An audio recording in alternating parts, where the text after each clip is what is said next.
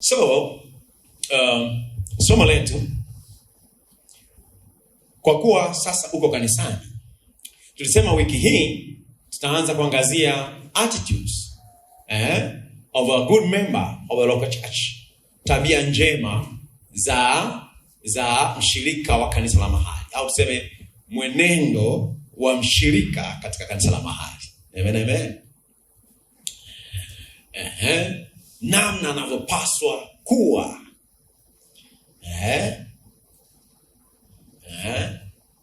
Tabia ya mshirika mzuri wa kanisa la mahali. Mwenendo wa mshirika mzuri wa kanisa la mahali. Glory to God. Kwa kuwa sasa upo kanisani, unapaswa kufahamu hivyo. Kitabu cha Korinto wa kwanza sura ya 11 mstari wa 34. Wakorintho wa kwanza sura ile ya 11 mstari wa 34. Mstari upo duniani kweli. Mstari wa 34 anasema, mtu akiwa na njaa na ale nyumbani kwake, msipate kutanika kwa hukumu, na hayo yaliyosalia ni japo nitayatengeneza. Umeusoma mstari? Mtu akiwa na njaa na ale nyumbani kwake, msipate kukutanika kwa hukumu, na haya yaliyosalia ni japo nitayatengeneza. KJV nasema, and if any man hunger, let him eat at home, that ye come not together unto condemnation, and the rest will I set in order when I come. Will I set in order? Nitayatengeneza. Ni habari ya kuweka order, utaratibu. Kwamba yaliyosalia nitakuja kuwapatia utaratibu mzuri. Manake jinsi ya kuenenda kwenye nini? Kanisa la mahali. Katika muktadha alichokuwa anasema na kufundisha, alikuwa anawafundisha watu walio kanisa la mahali namna ya kukaa wao kama ndugu na kuangaliana wao kwa wao. Haleluya. Kutembea kwa upendo. Walikuwa wanakwenda watu kanisani, wanakutanika, haiwi kwa faida bali kwa hasara. Anasema ili kutaniko lenu lisiwe kwa hukumu. Walikuwa wanabaguana, wenye nacho na wasiokuwa nacho. Wenye chakula wanakuja na chakula chao, wanakula peke yao. Wanakunywa hadi wanalewa, wengine wana njaa na kiu. In the same church. Kwa maana yake, Wakorintho wakati huo hawakuwa wamejua jinsi ya kuenenda kwenye kanisa la mahali. Hawakuwa wamejua jinsi ya kutembea katikati ya jamii ya waamini. Kiasi kwamba hawakuangaliana wao kwa wao. Mtu anaumwa haangaliwi. Anasema ndio maana kwenu wengine wamefanyaje? Wamekufa. Na wengine hawawezi. Kwa sababu mmeshindwa kupambanua mwili wa nani? Wa Kristo. Mwili wa Kristo ni nini? Ushirika wa watakatifu. Maana yake tunapaswa kupambanua huyu ni ndugu yangu. Nafikiri niliwafundisha wiki iliyopita. Wiki nyingine. Kutambua huyu ni ndugu yangu. Huyu ni ndugu yangu kabisa. Wiki iliyopita tulikuwa tunajifunza supernatural relationship, mahusiano ya kiungu. Nasema hawa ni ndugu zako sana. Haleluya. Kwa Wakorintho walikuwa wameshindwa kupambanua mwili wa Kristo, sio kale kamkate na divai. Watu hawakufa kwa sababu wamekunywa ile damu ya Yesu wakiwa wana makosa na damu. Watu hawakuwa wanaumwa kwa sababu wameshindwa kujiangalia kama wana makosa wakala mkate na divai. Watu walikuwa hawawezi kwa sababu kanisa halikupambanua kwamba huyu ni ndugu yetu, tuhusike na masuala ya afya yake, apeleke hospitali kama ana fedha tuchange. Watu walikufa kwa sababu wakiwa katika changamoto hapakuwa na kanisa lenye kuwajali na kuangalia. Kwa nasema ndio maana wengine kwenu hawawezi. Na wengine wafanyaje? Wamekufa. Kwa sababu mmeshindwa kupambanua nini? Mwili wa Kristo. Nafikiri ya maandiko, nafikiri ukirudi hapa nyuma kidogo hapa anasema hivi. Basi kila ulaye mkate huo na kunywa kikombe hicho cha Bwana isivyostahili. Kwa hiyo hii ni lugha ya picha anatumia. Atakuwa amejipatia hatia mwili na damu ya Bwana. Lakini mtu ajihoji mwenyewe, na hivyo aule mkate na kunywa kikombe. Maana alai na kunywa hula na kunywa hukumu ya nafsi yake kwa kutokupambanua ule mwili. Haleluya. Kwa sababu hiyo wako wengi kwenu walio hawawezi na dhaifu, na watu kadha wa kadha wamelala. Lakini kama tungejipambanua nafsi zetu. Umeona kinachopambanuliwa? Kwa kupambanua mwili ni kujipambanua nafsi zetu. Haleluya. Niko na good judgment. Huyu ni ndugu yangu, huyu ni mpendwa, ni mwenzangu. Akiwa na njaa niushike, nikiwa na riziki za mwili nisimzuilie. Anasema tungejipambanua nafsi zetu tusingehukumiwa, ila tuhukumiwapo twarudiwa na Bwana, isije katupata adhabu pamoja na dunia. Glory to God. Kwa Paulo anasema sasa mstari wa 33, kwa hiyo ndugu zangu, mkutanikapo mpate kula, ngojane. Je, huo sio utaratibu anaweka? Hii habari unaosoma hapa nyuma sio meza ya Bwana unayojua miaka hii. Anasema mnapotaka kula mngojane. Hii ilikuwa habari kabisa ya kula. Sema kula. Misosi inapikwa ya kutosha. Masufuria na masufuria. Na divai kwenda kuwepo ya kutosha. Ilikuwa inaitwa karamu ya Bwana, Lord's Supper. Karamu ya upendo, jina lingine wale watu walikuwa wanaita kwenye utamaduni wao. Karamu ya nini? Karamu ya upendo. Ilikuwa tu waamini wanakubaliana, Jumatano tutakutana tutakula chakula pamoja. Na lengo la karamu za upendo ilikuwa kuendelea kuboresha na kufanyaje? Kukomaza nini? Ushirika na mahusiano. Chakula kina nguvu bwana, asikwambie. Au sio? Tisha hapa hata njia na mbinu za rahisi. Mtu anajifanya ndugu yako, wewe mwalike mahali pazuri, chakula mnunulie na juisi safi. Akila pale anakanywa, unasikia yani wewe ndugu yangu kabisa. Unajua? Ile jamaa tu, yani kuna watu tu yani wanavyosema kuhusu mimi hata siwaelewi. Wewe ni mtu mwema. There is power in food. Kuna nguvu kwenye nini? Chakula kinapatanisha watu. Chakula kinaondoa makwazo. Vilivyokaba kwenye makoo vinashuka. Mpe mtu kitimoto safi ya mbavu kama anapendelea. Haleluya. Mpe na kinywaji. Kaa naye, ongea naye. Unakuwa na fellowship nzuri. Kwa kanisa sasa walikuwa wanagawa, walikuwa wanatembea hata nyumba kwa nyumba, wanakula pamoja. Kukaa pamoja kula kuna jenga mahusiano. Kwa walikuwa wanafanya wasikana karamu ya Bwana. Wanakula chakula cha kutosha na kushiba. Sio kama mkate. Kale kaki. Unakale kama mkate kana nini? Kale ka wale wanaovaa majoho. No, hivi unashibaje kale sasa? Hivi unaweza kaita hata mkate ule. Hata slice huwezi kaita slice. Hata karatasi haijajaa. Karatasi yenyewe ni kubwa, unaweza ukashiba ukikunja. Kale kitu ni chwa. Halafu na kanani wana kwenye ulimi.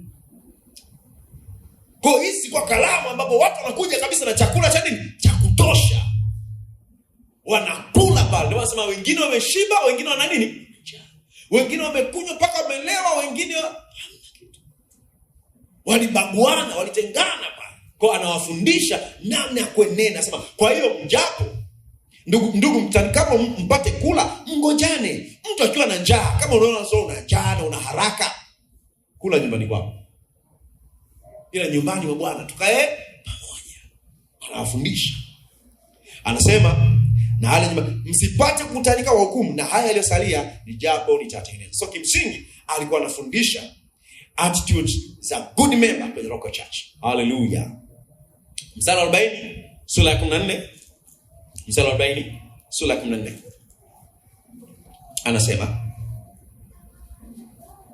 lakini mambo yote na yatendeke kwa uzuri na kwa utaratibu. Mambo yote na yatendeke kwa nini? Na nini? Sema mambo yote na yatendeke kwa uzuri na utaratibu. Wakorintho wa kwanza sura ya 14 mstari 40. Mambo yote na yatendeke kwa uzuri na utaratibu. Let all things be done decently and in order. Kwa maana yake nini? Tuna maelekezo katika maandiko kuhusiana na utaratibu kwenye kanisa la mahali. Maana kanisa la mahali is not a place Ama kila mtu anasema hula hala, yani ovyo ovyo tu. No, it's a place of order. Kanisani ni mahali pa nini? Pa utaratibu. Pana utaratibu nani anafanya nini. Pana utaratibu wengine tutafanyeje. Pana utaratibu tunavyokaa. Pana utaratibu pana utaratibu. Hallelujah. Amen, amen. Hata tu kwenye familia zetu si pana utaratibu. Ukiingia nyumbani kwa mtu, unaenda unafanya vyovyote. Kwanza ukifika kama una akili njema, unajifunza hawa tukachao ikoje. Amen, amen. Sio unafika nyumbani kwa mtu uende mgeni. Baba mwenye nyumba amekaa zake kwa heshima kwenye sofa. Wewe unalaza, unaweka na miguu kwenye meza. Yaani wewe. Unajibandika maombi na ni mikono ya maombi mazito kabisa. There are people who are they are very bold. Unaweza kaingia nyumbani kwa mtu akawa mfalme kuliko baba mwenye nyumba. Anaita tu, mama nani, lete mke wako huyo. Ama bora hata sema naomba. Niletee nani? Niletee na hiyo. Tuuliza bezi lako kwenye nyumba ya watu. Tuko pamoja? Wenye nyumba wanazima taa. Zima nini?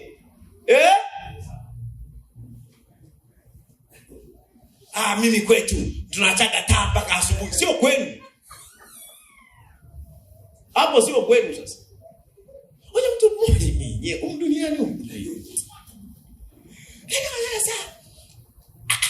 mimi namueleza namna nzuri ya kusimamia matumizi ya nini? Ya umeme. Kama audacity anadeti. Kwa mfano kuna jamaa mmoja yani kule Mbezi yani zile nyumba yani zinawaka umeme tu. Yani kwanza wanakoga hawapo, hata wakirudi yani waangaiki si umeme unawaka au waki, nyumba inawaka asubuhi, mchana, taa zote zinawaka tu ndani kwenye mageti kwenye nini. Nikamwangalia. Kwa anataka na nyumbani kwangu taa ziwe zinawaka tu. Kama ni vitu vidogo mzee, unaongea taa. Ni vitu vidogo tu. Kuzima feni kwamba chumba sikitumii nizime nini? Anaona kama unambana bana, unaanza kumwambia zima feni basi. Yaani feni inaweza kana na unguruma asubuhi mpaka jioni hakuna mtu. Uzuri bwana, maisha haya yanaenda mbele, yarudi nini? You are a young man, you'll become a father in the house. Si udaiwi hela ya umeme, utaanza wewe kuambiwa umeme umeisha, bili ya maji imekuja. Hizo attitudes kama ukuzijenga, utazijenga kwa lazima. Maisha yatakufundisha. Unaanza kwa ndio mtoto anaanza kwa wakali mpaka mishipe na watoto. Anapigia kelele kila kitu kadogo, watakufundisha. Watu watafanya vitu vya ajabu kwa nyumba ya kwako. Kwa jifunze kufanya vizuri kwenye miji ya watu wengine. Kuona utaratibu ukoje, wanafanyaje. Nyumba moja nilisha hapa Dar es Salaam miaka fulani. Wakati nimekuja mara ya kwanza kabisa huku kwa shughuli za masomo, nikaa na sehemu ambapo zile likizo fupi au wiki ninakwenda kukaa pale. Ile nyumba bwana, vyovyote unavyojua, unakokwenda nenda safiri salama, rudi salama. 2:00 kamili uweko pale, ndio muda wa chakula. Na hakuna mtu anayekula peke yake, tunakula wote mezani. Tuko pamoja? Saa ngapi? Kwa hiyo wewe kama unataka kula nisemeje tena? Kama unataka kula, utapiga misele unavyojua, ila 2:00 yani mradi hata umeshaingia uko mezani. They are not to miss. Sanga kwa hata wanaopika pale nyumbani wako kwenye utaratibu, hawajawahi kumisi. 2:00 chakula kimepangwa wapi? Ndio nilijifunza Dar es Salaam, nikasema kweli watu wa Dar es Salaam wana maisha magumu. Kwa sababu nilikokulia mimi, chakula tunapika, yani unajua siko naishi ndio ulela, si ndio utajiri ule, si ndio kuwa na nini sijui. Chakula sisi kinapikwa hadi kwa watu ambao hatujui kama watakula. Hatuna miadi nao. Ila chakula kipo. Akitokea mtu yoyote anapakuliwa tu, chakula kipo. Akitokea mtu kitalala, watu watanywa chai asubuhi, inabaki liwali la kutosha, maharage ya kutosha, maboga. Asubuhi watu wakiamka wanasema wanaanza nayo.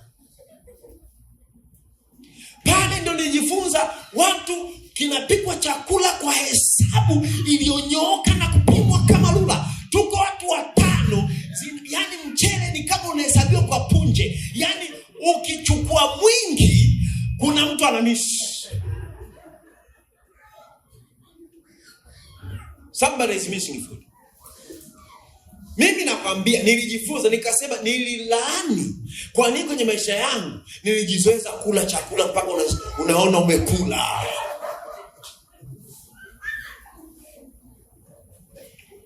Kwa sababu wiki 1-2 ya kwanza ilikuwa ngumu, sikuwa na shiba. Na utaratibu baba ndo anaanza kufanyaje? Kupakua chakula. Anafuata mama, anafuata sui nani kwa ukubwa, yani mnaenda na unaangalia jinsi unavyochukua kwenye mboga, usije ukachukua mboga kwa sababu zimesa. Yani ukiongeza kuna mtu anamisi mboga. Kwa unaanza kuangalia lesson inayopigwa pale. Ukiona ilivyopigwa ndivyo unafuata. Kwa unaweka sahani ni flat. Kule kwetu sahani zina shimo. Yaani unaweka, alafu unaweka na mlima pale. Sasa hii sahani ya Dar es Salaam nikaikuta iko flat kama laptop. Alafu eti pale ndio wameweka wali. Na wenyewe upo umesambazwa. Nikasema I'm in Dar es Salaam now. Kaanza kujifunza. Ndani ya wiki 2 tumbo lilirudi kawaida. Haya matumbo unazoesha tu. Sasa mtu asubuhi unakula mwenyewe mkate mzima. Wewe.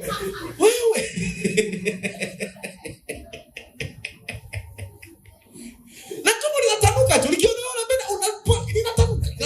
Sasa siku sio na mkate mzima. Ndio utaelewa. Unaanza kuzoesha mwili wako kula chapati moja. Unafikiri mwili wako unahitaji chapati 6? Chapati moja inaweza katosha na kikombe chako cha chai cha maziwa fresh. Na ukajisikia vizuri tu. Na vitumbua viwili au kimoja, safi. Kuna watu wakienda kwa nyumba za matajiri wanatamani waondoke kesho yake. Unajua nyumba za matajiri wanavyokula? Breakfast ya asubuhi. Ka sausage kapo hivi kamoja na kayai kamoja na kachai nusu kikombe, anakula haraka na kazini. Umewahi? Wewe umetoka zako kijiji. Umeingia nyumba ya matajiri sasa.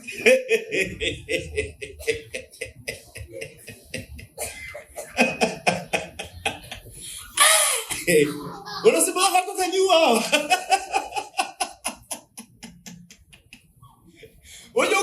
Ukiwa na hela, mimi nakwambia kula kuna kwata sio muhimu sana. Kula. Unakuwa unalinda tu mwili usife. Nakwambia kabisa. Mimi nakumbuka wakati tuko shule. Siku ambazo huna hela, ndio kila kitu kinakuwa na maana. Kalanga sasa ningekuwa na hela ningenunua haya ni. Unasikia hamu ya kila kitu. Unaona kama umeonewa kweli kutokuwa na hela. Ila siku ukiwa nazo, unaweza kupita tu hayo. Fresh. Na njaa inachelewa kuuma ukiwa na hela. Sasa uwe huna hela, saa 2 asubuhi. Saa 2 asubuhi. Njaa imesimamia kucha. Unatakiwa. Yaani unaweza kulaumu miungu ya babu zako. Yaani njaa inauma saa 2 asubuhi. Wewe wakati mambo yako sawa? Inaweza kama hata saa 8 umesahau kama ujala. Sasa unajua kwa sababu akili imetuni kwamba anytime you need food utapata. Tuko pamoja. Kwa pale nilinyooka. Utaratibu uko umeweka. Na baada ya kula vyombo vinafanyaje? Hakuna chombo kinalala kichafu kwenye ile nyumba. Wewe unalaza vyombo machafu, mamende na vita hadi ananusa kwenye kwenye pua, vyakula, panya wanazaliana, vyombo vinalala vichafu. Pale hakuna chombo kinalala nini? Kichafu. Kwa ukimaliza wewe na sahani yako. Alafu sio habari ya umekula unaondoka zako, kuna mtu ukimaliza kula unachukua sahani yako na kijiko chako, unaenda kwenye karo la vyombo. Unafanyaje? Unaosha. Vitu ambavyo unasamehewa wewe usishughulike navyo, labda masufuria, sahani yako na kijiko chako, kikombe chako. You will learn. Sasa mimi kwetu nilikuwa sio kwenu, hapa ni kwa watu. Unajifunza nini? Utaratibu. Sema jifunze utaratibu. Sasa mali tunafeli sana ni kukosa nini? Kuna watu wanachelewa kuoa, sio kwa sababu hawataki kuoa. Hawana nini?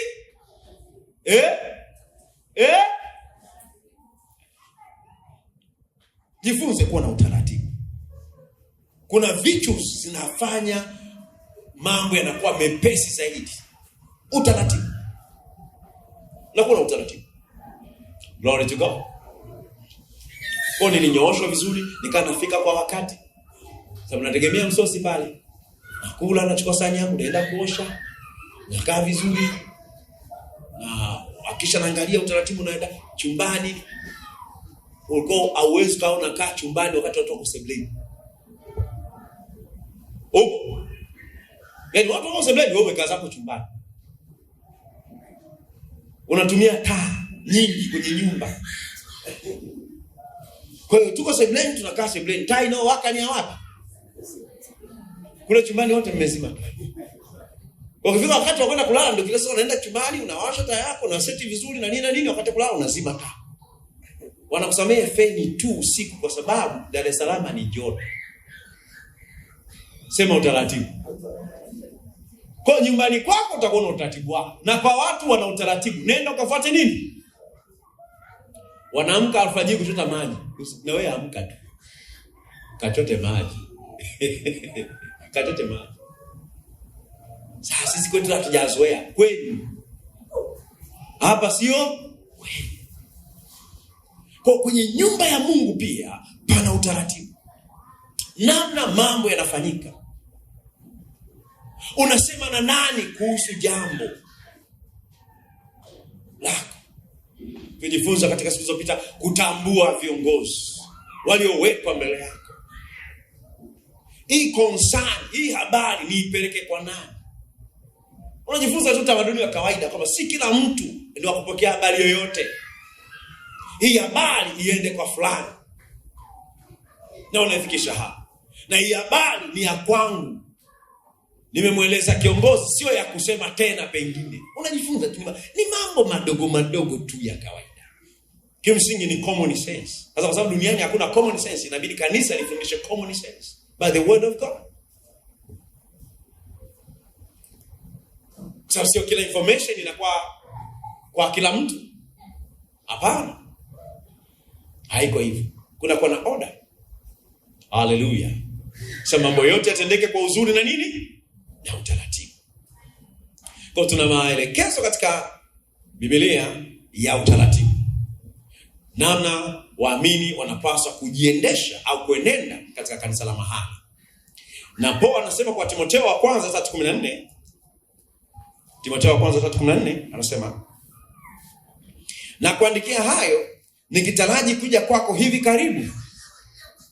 Lakini nikikawia upate kujua jinsi iwapasavyo watu kuenenda nyumba ya Mungu, iliyo kanisa la Mungu aliye hai, nguzo na msingi wa kweli.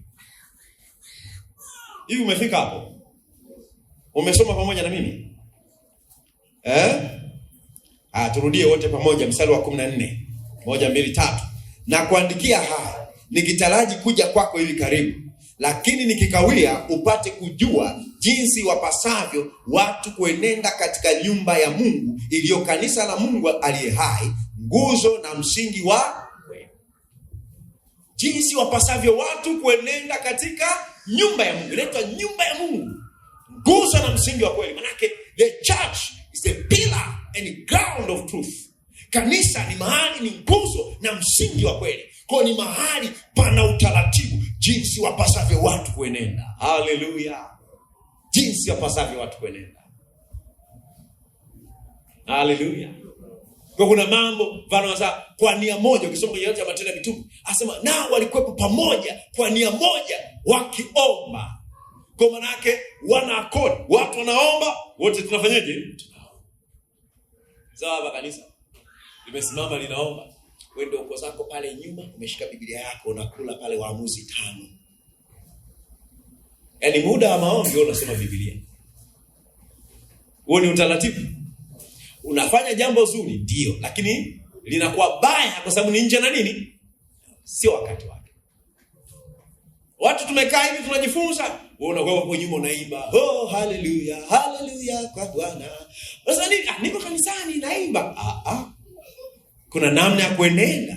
Kuna nini? Utaratibu. Bwana Yesu asifiwe sana. Wale wahudumu wa ibada, ushers, anakuchukua amekupokea na mkoba wako mzuri. Anakuongoza, anasema utakaa hapa sana, mimi nataka kukaa pale. Huo sio nini? Taratibu. Haukai unapotaka wewe, unakaa unapoongozwa. Mwambie jirani yako. Mwambie tena. Unakaa ukiachwa, manake ndio mahali sahihi. Hamna shida. Nobody has issues. Ukija ukachukuliwa, kuwa mnyenyekevu. Sio unamkata mtu jicho. Kuna watu hawaongei, ila Asha atajuta kwa nini alimfuata. Haongei, hataki kuonekana mgomvi. There are people who are very technical kwenye kushughulika na wengine. Wakikwambia yule amefanya hivi unasema mmemuonea. Yule mpole kabisa, hana hata maneno. Ni kweli hana maneno, ila ana attitude, ana jicho, ana uso. Akikukata namna hii, anajiuliza umetoka wapi? Au anakupiga juu anakuangalia na chini. Unaona hapa sasa nimejichanganya hapa. Wazaidi wasema umeakanyaga. Unarudi zako kimya kimya kwenda kuomba Roho akutie nguvu kuendelea kumtumikia Bwana. Kwa unakuwa mnyenyekevu, unafuata maelekezo. Unakuwa nini? Mnyenyekevu, unafuata nini? Maelekezo. Haleluya. Ni mfano nimekupa midogo tu. Hatujaanza kuongelea mambo haya. Mambo madogo tu. Umeambiwa kaa hapa, kaa pale. Tuinue mikono yetu juu, inua mikono juu. Tusujudu. Tunasujudu na wewe unafanyaje? Sio tunaruka. Yaani wote tunasema tunasujudu, tumelala chini. Wewe uko na jump. Tunasema rejoice. What do you do? Watu wanafurahi. Kanisa zima linafurahi. Wewe unatuonyesha ulivyokasirika sana. Hata hiyo hasira imezwe na furaha hiyo. Glory to God. Jisukume tu. Katika mambo magumu jisukume tu. Tembea, kwa sababu katika kazi hizo, katika mambo yanayofanyika katika kanisa, pana Roho Mungu anashughulika. Ni katika mambo yanaonekana madogo na kama ya kawaida, Mungu anahudumia watu. Wengi wanasubiri mambo fulani ya jinsi fulani yazungumzwe, ndio wanaona hapo ndio nitapokea kitu kwa Bwana. Na Amani aliambiwa tu akaoge Yordani mara 7. Jambo la kuoga tu. Mbalo leo ungeambiwa oga, utapata mpenyo. Unaanza kuoga, mbona naoga kila siku nyumbani kwangu? Sasa wakati wanaoga mimi nitakaa tu hapa, mimi maji yenyewe nao nyumbani. Kuwa mtiifu ni katika mambo yanaonekana wakati mwingine labda kama upuuzi. Mambo hayo Mungu anayatumia, mambo yanayoitwa mapumbavu ya dunia, mambo yanaonekana dhaifu. Hallelujah, glory to God. Mambo yanaonekana dhaifu, manyonge, anayatumia kwa ajili ya kuhudumia watu.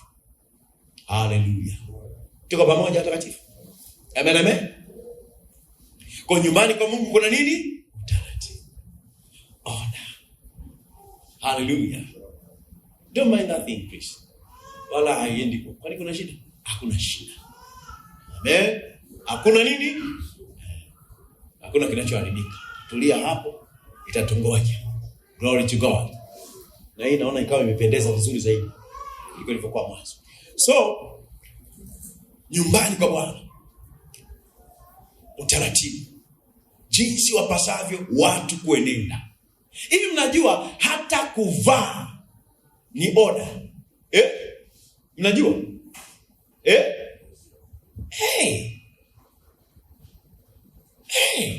Sasa nataka kuja kanisani kwenu, lakini mna utaratibu kwani kuhusu mavazi? Ni mjibuje? Jibu kama mchungaji. Naomba ujibu kama mchungaji. Nataka kuja kanisani kwenu, hivi mna utaratibu kuhusu mavazi? Jibu kama mchungaji. Mjibu jirani yako sasa. Wewe ndo pastor sasa, unaulizwa. Ili kama hakuna utaratibu, ajipange anavyojiona vile. Kwa hiyo tunasema hivi. Kanisani sisi tunasema hatuna utaratibu kuhusu mavazi.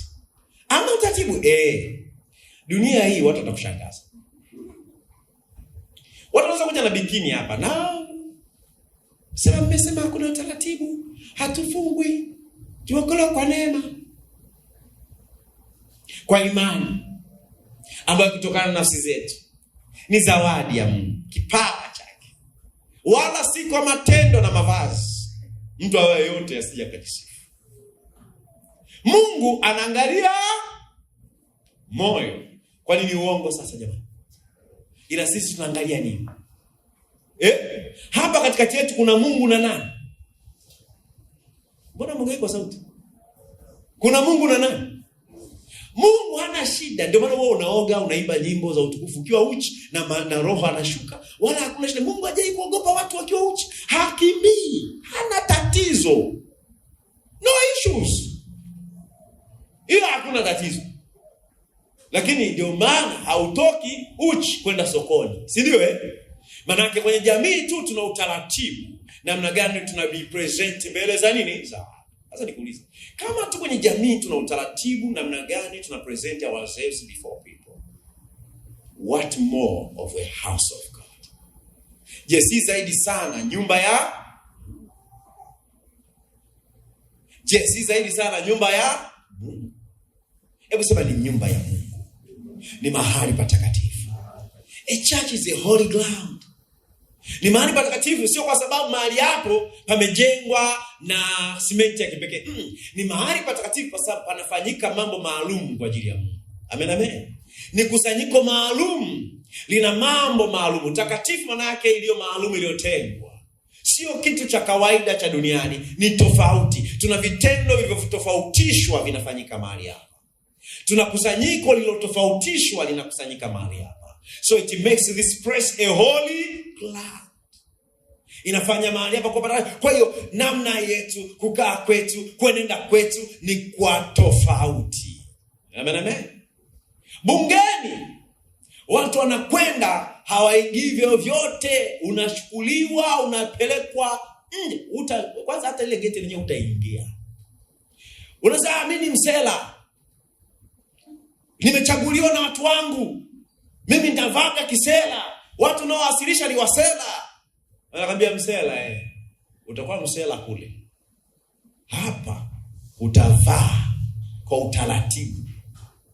Imagine ni bunge ambalo linakusanya wachawi, linakusanya watu wa hovyo tu, wengi tu wanawepo mwana. Lakini lina utaratibu wa kufanyaje? Ni watu mko hapa. Lina utaratibu wa kufanyaje? How they appear. Kwa sababu gani? Wana mambo ambayo wanayafanya pale, wanaona yanahitaji order, hayahitaji distraction, yanahitaji aina fulani ya decency, yanahitaji hali fulani. Wameweka utaratibu. Sema utaratibu. Si ndivyo Kuna ofisi za serikali, wewe sio mfanyakazi, lakini uruhusiwi kuingia ukiwa umevaa tofauti. Si ndio? Kuna ofisi za serikali wengine na jinsi si ndio? Asema kama unabidi upige na kitenge sijui kwa juu ndio unakatiza hilo gate. Order. Imagine ni maeneo tu ya watu ambao hata hawajaokoka, nile watu wa kawaida. Sasa dunia yenyewe inaelewa kuvaa vizuri. alafu mtu umeokoka, usijue kuvaa vizuri. Nataka tukuwekee mikono mingi sana. Kwa sababu ni common sense. Ni nini? Mambo haya uhitaji hata kufundishwa. Nataka tuwepo naturally ndani yako. Mimi ni mtu mzima sasa. Namna gani najipresent kwa watu? Yes, no. Hallelujah. Ninakwenda ibadani, ni kusanyiko, pale hatuendi sio beach. Beach kuna mavazi yake. Unaenda na suti kuogelea? Common sense inasema kwamba ukienda kwenye kuogelea hauendi na nini? Na suti. Common sense. Kwa maana yake kila mahali pana utaratibu. Mavazi ya ofisini, mavazi ya kwenye harusi. Wanawake mnafahamu vizuri. Kuna kwenye shughuli mnajua sasa shughuli hii inataka mavazi ya namna hii. Asema hili ni gauni la kwenye harusi, siwezi kuvaa pengine. Kwa nini? Limewekwa vitu vinawaka, hivi vinafanya nini? Havai kwingine, anavaa kwenye harusi. Usiku, wanakuambia nguo ya usiku kwenye harusi. Hallelujah. Tuko pamoja? Kila jambo linawekwa nini? Sawa sawa mahali. Chochote hata kama ni kizuri, kikiwa mahali pasipo sahihi kinaitwa nini? Uchafu. Si mnajua hiyo? Taulo ni nzuri ni jema Vipi likikaa jikoni kwenye kabati la vyombo? Inakaa sawa? So kitu kizuri tu kina kazi nzuri tu, kikiwekwa mahali pasipo sawa inakuwa changamoto. Anything misplaced, kimewekwa mahali pasipo sahihi, kinabadilika, kinakuwa uchafu. Amen. Kwa ndivyo ilivyo pale ambapo mtu anakuja kanisani katika namna ambayo ni ya kwendea beach. Sasa kwani ni dhambi? Sio dhambi. Mkristo anapaswa avuke kabisa mipaka ya kuenenda au kufanya jambo kwa kujiuliza kwanza, ni dhambi sio dhambi? No, you have to live above that. Tuna wishi zaidi hapo. Haufanyi jambo kwa sababu sio dhambi, na uachi tu kufanya kitu kwa sababu ni dhambi. Wewe ni bora sana kuliko hayo. Wewe una akili njema ya kupambanua mambo, ya kujua namna ya kuingia na kutoka katikati ya watu. Uhesabiki katikati ya watu wenye hekima. Anasema yule dada ana hekima, yule kaka ana hekima, anajua jinsi ya kuingia na kutoka katikati ya watu. Unapata heshima, watu wanakuamini na mambo ya msingi, kwa sababu wanaona jinsi wewe mwenyewe unavyojisimamia, how you carry yourself, unavyojibeba katika maisha. Unajua kuna watu wanasema first impression. Sema first impression. Kwa mara ya kwanza unavyokutazama, tayari wanasema huyu ni mtu wa namna gani. Ndio maana unatakiwa uchunge sana. Usiseme mimi navaa ninavyojisikia. Hauvai kwa ajili yako. Hakuna mtu anavaa kwa ajili yake. Sema tena hiyo sentence nimesema. Navaa kwa ajili yako? Kwa ajili yako. Tunavaa si tu kujisitiri. Tunavaa si tu ili tupendeze. Tunavaa kwa ajili ya wengine. Amen. Kwa ajili ya nini? Ya wengine. Tuko pamoja? Tuna kanuni inaitwa ya upendo ambao sisi tumeitwa kuishi nayo. Kama jambo hili linamkwaza ndugu yangu, nitafanya bora ili asifanyeje? Nisimkwaze mmoja wa wadogo. Na watanguliza wengine, na waangalia wengine. Sasa sisi kwetu haina noma hii. Ni kwenu haina noma, lakini katikati ya hao watu ina nini? Ina noma. Unaingia mahali watu wanaacha kujaa roho, wanabaki wanatoa macho, wanatazama miguu. Unajua kuna watu, kwa mfano kuna vijana ni washamba sana. I have to tell you dear sisters, you need to know. Wewe miguu yako unaijua, haina shida. Kuna vijana ni washamba kweli, wakiona miguu anaanza kushangaa hapo. Anapotea kabisa. Asikilizi tena neno. Anabaki anaangalia mguu. Anaangalia ile ngozi. Anaangalia michoro. Anaondoka na miguu. ibada imeisha, anaondoka na mguu. Na baadaye anasema yani leo ulinibariki kweli, yani una mguu. So mtu ambaye atakiwa ajengwe kanisani, alichoondoka nacho ni nini? Kwa sababu ya dada mmoja ambaye hakupiga hesabu mbele kwamba ninaenda mahali pale na focus yetu ni kumwabudu Mungu na kujifunza. So nitafanya vizuri nisiwe distraction. Hallelujah. Nisiwe nini? Kitu kinacholeta usumbufu kwa wengine wasifocus.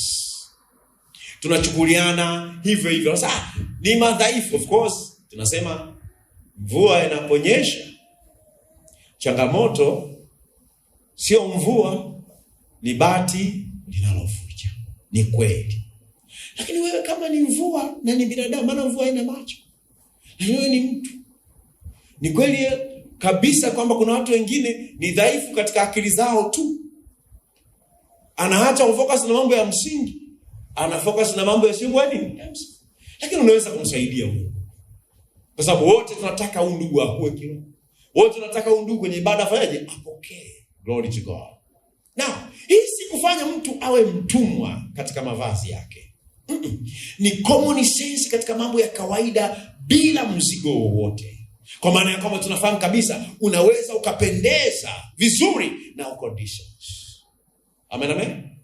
Ni shetani tu anaweza kukujaza kwenye kichwa chako kwamba kupendeza inabidi umevaa nusu uchi. Shetani tu. Hallelujah. Ni nani? Shetani. Ni shetani tu anaweza kufikirisha kwamba ili ujitofautishe na wengine kimuonekano, lazima umevaa vitu vya kuaibisha. Unajua kuna watu wanavaa alafu unaona aibu wewe mwingi kwa niaba yake. Yaani unashangaa hivi huyu kuna mishipa imekatika. Yaani sensi zimekufa. Watu na ujasiri. Sasa ukitaka kuona watu Lagos, tumeona watu na ujasiri. Paka nikana tunaongea na rafiki yangu wanasema jambo huko watu ni majasiri. Mnafikiri huku ni majasiri watu? Au ni joto kali la Lagos? Wakati mwingine unahadi unamwonea mtu huruma. Alivyo yeye na nguo aliyovaa. Yeye alivyo na nguo aliyo. Ni ndege anayeruka, ni kitu gani? Yaani ni vitu vya ajabu. Ndugu zangu, Mungu, mimi nawaombea washirika wangu, nawaombea katika jina la Yesu. Mungu akupe ufunuo hata wa wewe ulivyo tu. Wewe unajua hata nguo zinazo kuendana na wewe. Yaani hicho tu kitu cha kawaida. Akusaidie nguo ambazo zinaendana na wewe. Ujipate tu kwenye nguo zinazoendana na wewe, mtakatifu wa Bwana. Mungu akusaidie. Kwenye kuchanganya rangi tusiende sana. Sio tatizo ukiwa unachanganya rangi vibaya. Lakini angalau tu nguo ambazo zinaendana na wewe. Sema nguo zinazoendana na wewe. Kuna watu wataketa kuvaa suruali kabisa. Kuna watu wataketa kuvaa sketi fupi. Hiyo miguu. Wewe vaa tu sketi ndefu.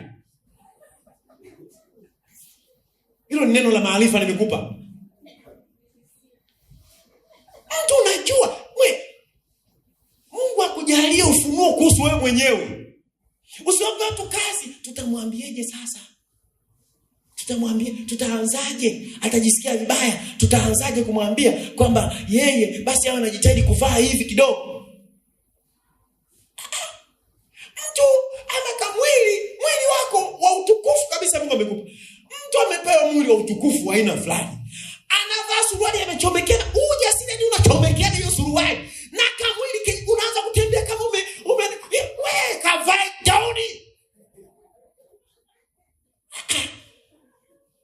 Kwani ni lazima uvae suruali?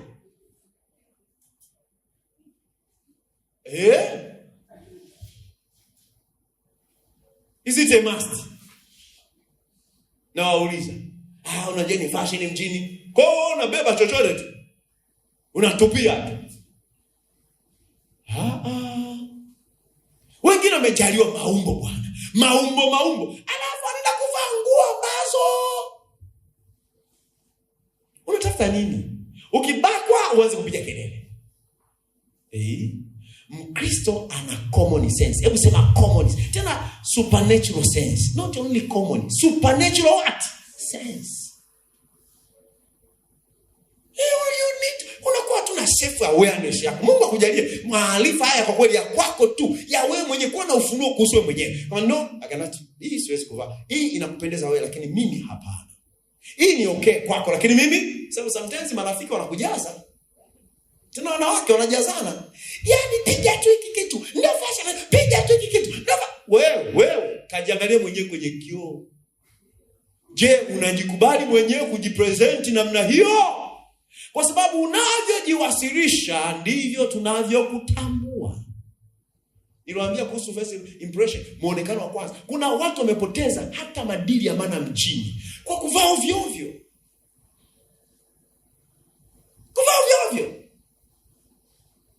Wewe uko free nyumbani kwako na jamaa zako na hao unasema masela wenzio.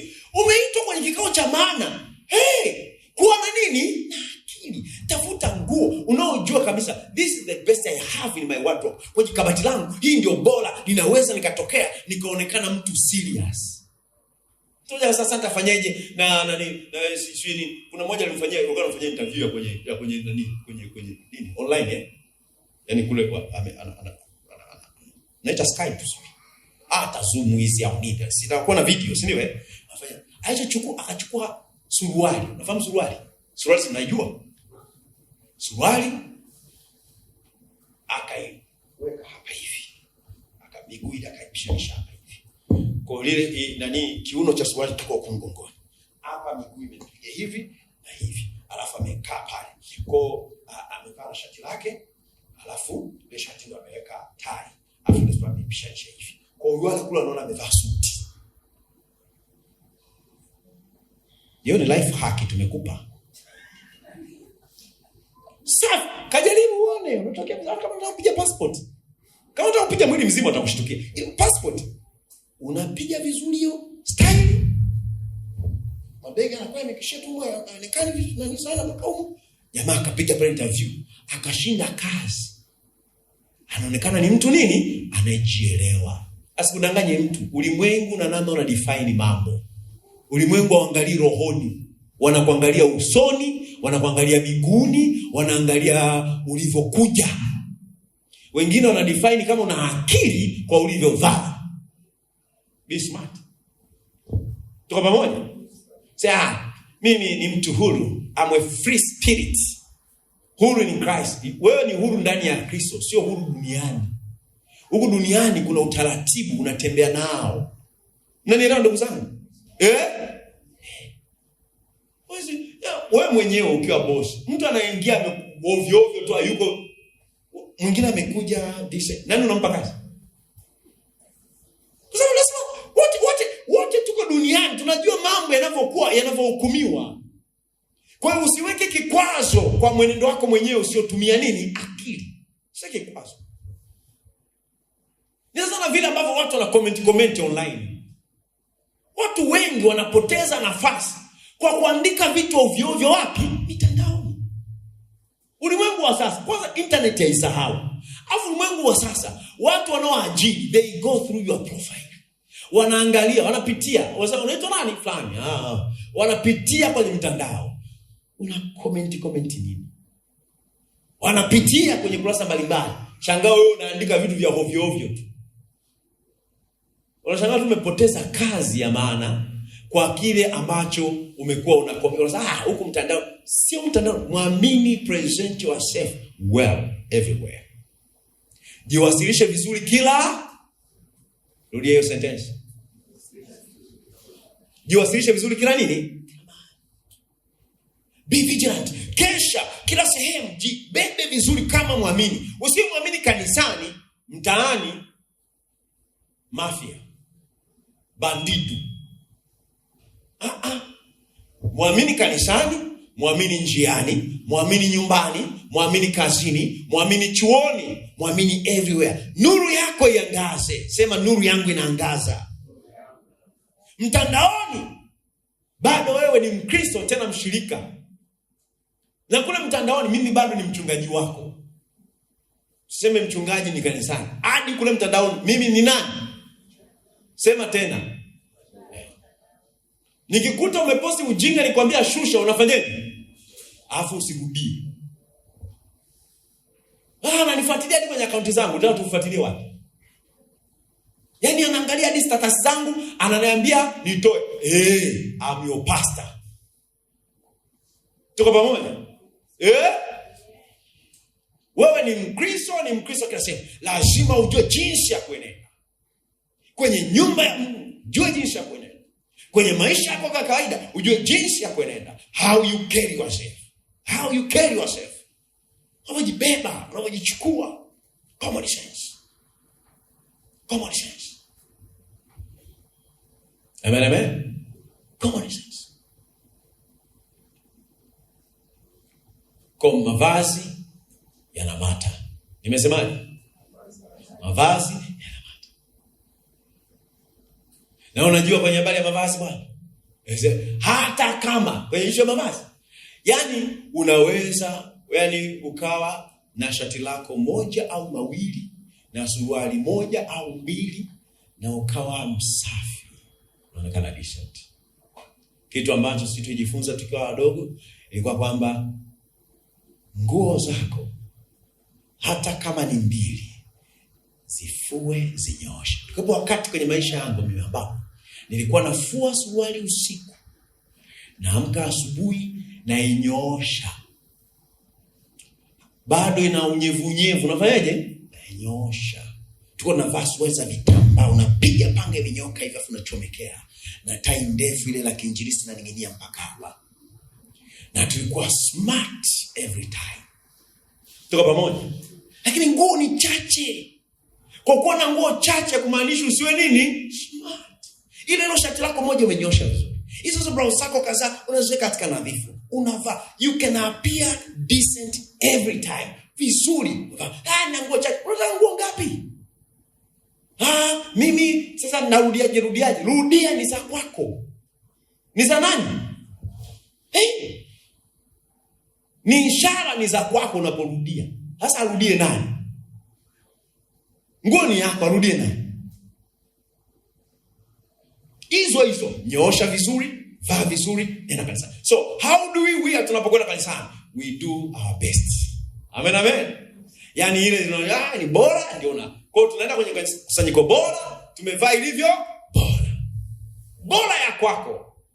Ile bora unayoweza wewe. Ile bora unayoimudu, vaa hiyo. Bora ya kwako, hiyo, vaa hiyo. Bora unayoimudu, hiyo, vaa hiyo. Dunia haijaishiwa nguo useme kwamba vitambaa viliisha, ndio maana nikaamua nikavaa kahapa. Hadi ukishuka Mwenge hapo, ukishuka Karume, ukishuka kule Mbusho, ukishuka wapi? 2,200, 500, 700, 1000, manguo mengi tu. Kama ujui mjini, salimia watu. Watu wanajua machimbo ya nguo za 300. Watu wamekaa kimya tu. Na watu tukiwasimamisha kaulize, hebu sema hiyo nguo ni shilingi ngapi? Unaweza ukashangazwa. Ukimcheka amependeza, amevaa vizuri, decent, unaweza kuchukua hii nguo hii ukaona kama 70,000. Kumbe 7,000. Safi. Wewe salimiana na watu vizuri, watakwambia tu. Nguo zipo tu. Bongo hapo zipo tu. Weka nia tu. Mwambie jirani weka nia tu. Na kwenye nia pana nini? Sasa weka imani. Kwenye imani pana nini? Pana njia. Zaka be decent. Kwa wewe usiwepo katikati ya wale watu katika kanisa au katika Ukristo wanaosema mavazi hayamati. Mavazi hayamati mbinguni. Na wewe uko wapi? Asante sana kwa kuelewa.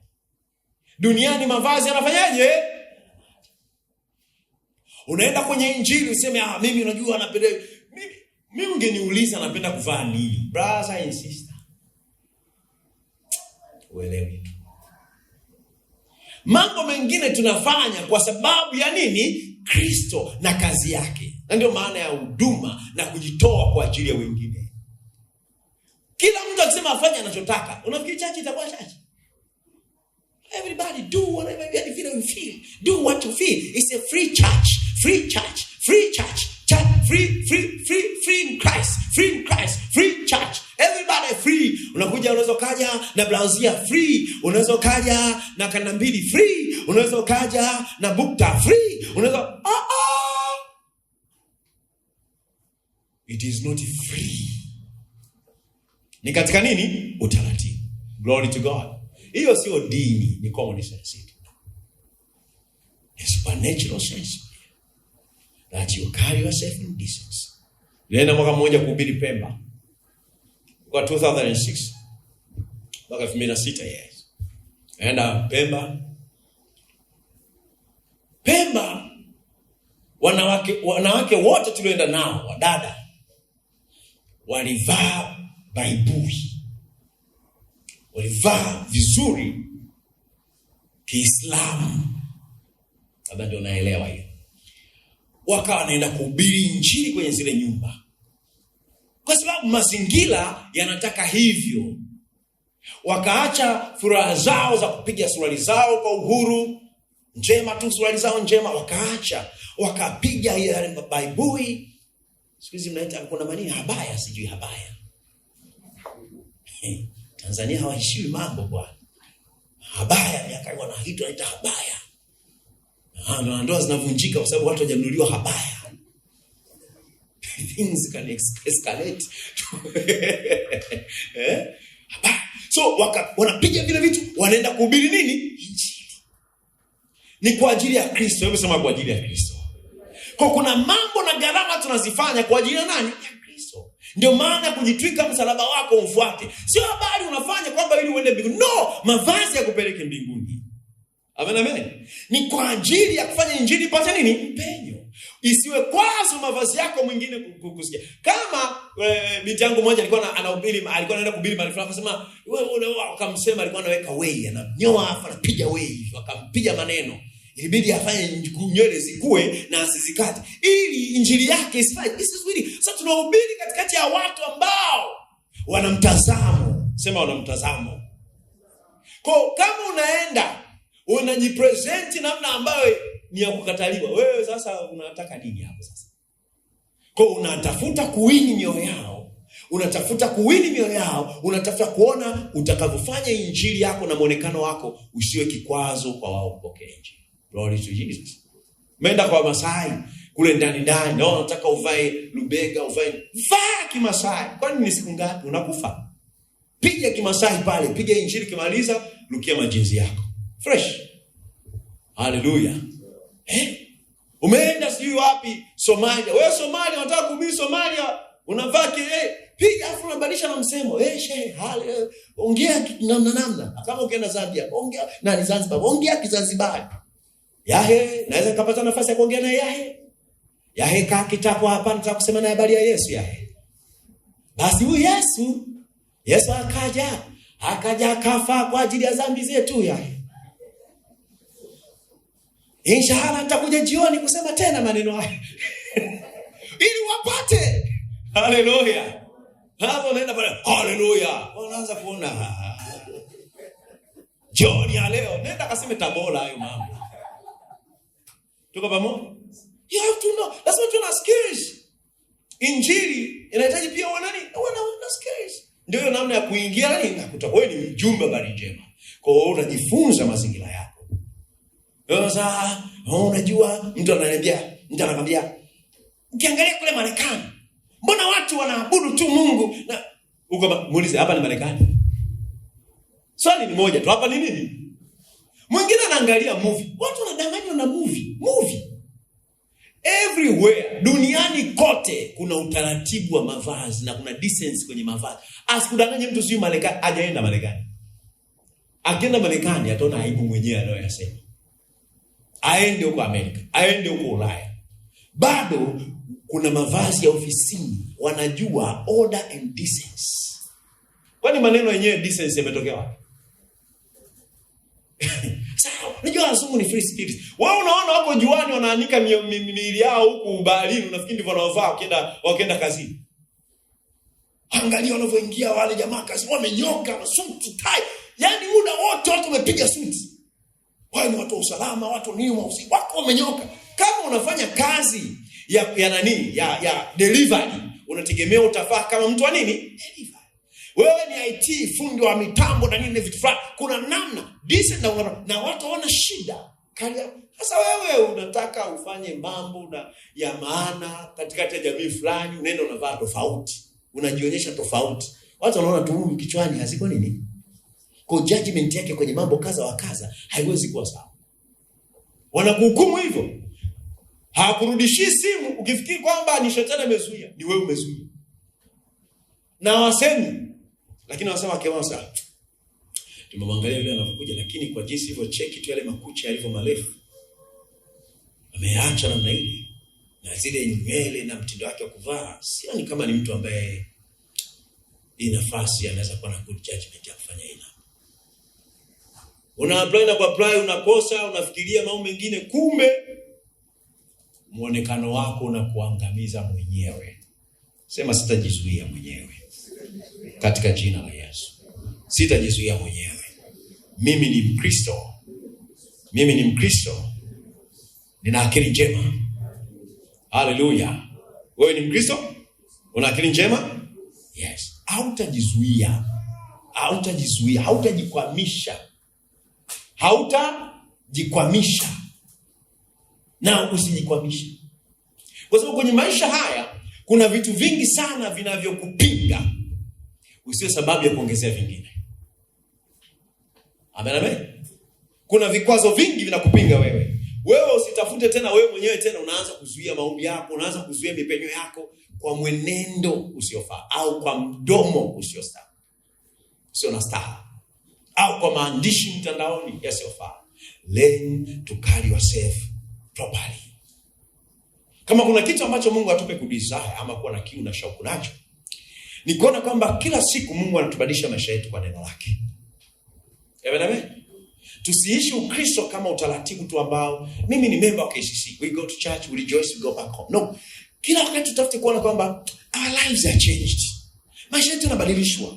Tamaduni wetu unabadilishwa. Mungu anafanya kitu kwenye maisha, ananibadilisha. Ninakuwa, yaani ukijipima mwenyewe toka Januari mpaka Mei, unaona unafanyaje? Una maongezeko. Ukitoka Mei kwenda Disemba, unaona nini? Una maongezeko. You are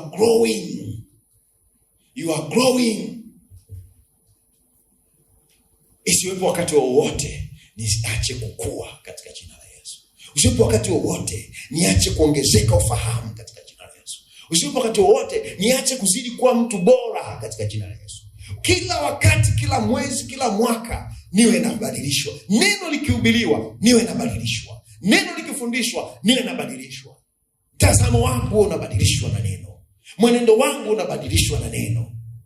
Alafu kuendelea kwangu kuendelee kuwa dhahiri, yani kuwa dhahiri mbele ya macho ya watu wote. Watu wanaona kabisa the guy is growing, this man is growing, this sister is growing, this brother is growing. Huyu anakuwa. Ukiwa unaendelea kiroho, watu watajua tu. Ukiwa unakuwa kiroho, watu watajua tu. Haleluya. Si ndivyo ilivyo? Watu watajua. Amen. Kwa kanisani kuna mambo ya kupea attention. Tunavyoendelea kujifunza hili somo, unaendelea kujifunza na unabadilisha na unawafundisha wengine vivyo hivyo. Kama hivi ndivyo tunaenenda katika nyumba. Glory to God. Yes. Kwa next session tutaendelea na yale tulisema, shughuli zinazofanywa nini? Kanisa. Amen. Tutakuwa na next session until next session, mpaka next session. Hallelujah. Somo la wiki mbili inaweza kala miezi mitatu. Hamna mtu ananyakuliwa, hamna shida. Ndio sisi wenyewe tunajifunza, au sio? So mimi naomba napokea kwamba tunaenda kuona kanisa bora katika jina la Yesu. Na kaini tu. Naomba kabisa umuombe na mimi sasa. Naomba na kupokea katika jina la Yesu. Tuna kanisa bora katika jina la Yesu.